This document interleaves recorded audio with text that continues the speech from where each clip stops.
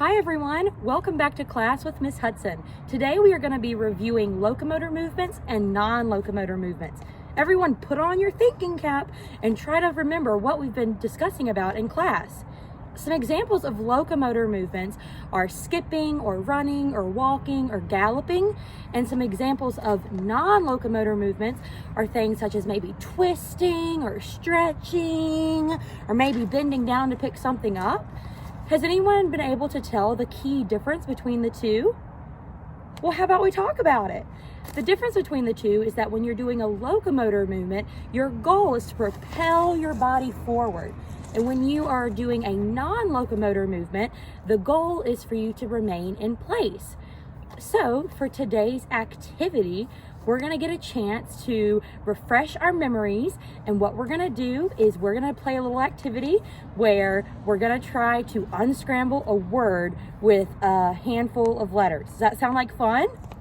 So what we're going to be doing is we're going to be starting at point A, and then we're going to be going to point B, and then returning back to point A. And what you all will do is when you start at point A, you're going to get to be super creative. You're going to get to pick one of your favorite locomotor movements to propel you the distance to point B.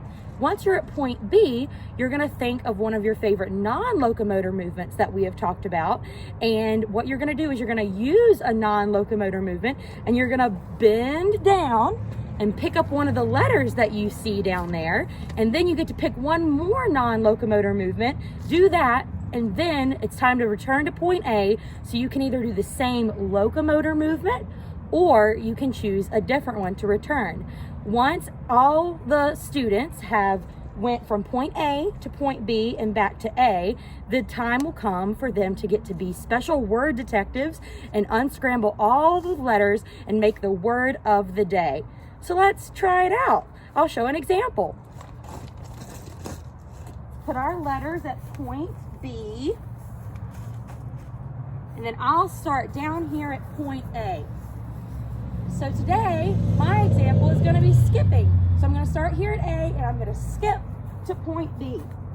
And here, I will bend down, and I will choose one of the letters. I'm going to choose O.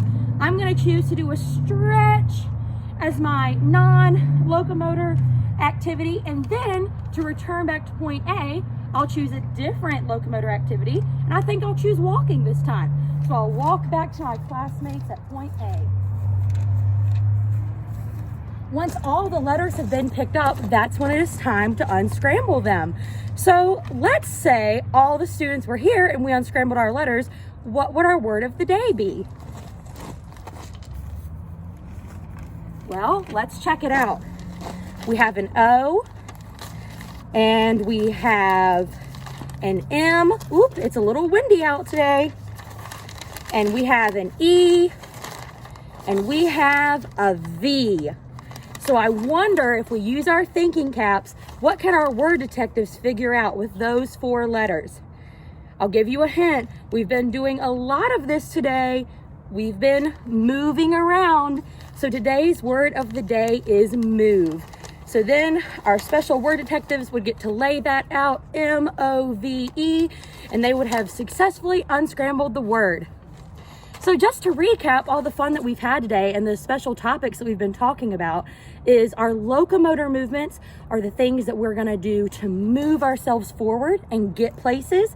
So some examples again are the galloping, the skipping, the walking, the running. And then if we want to remain in place, but we're also going to be doing a movement, that's going to be a non-locomotor movement. And again, some examples would be the twisting, maybe you're going to be pushing or pulling, or maybe you're going to be bending down to pick something up.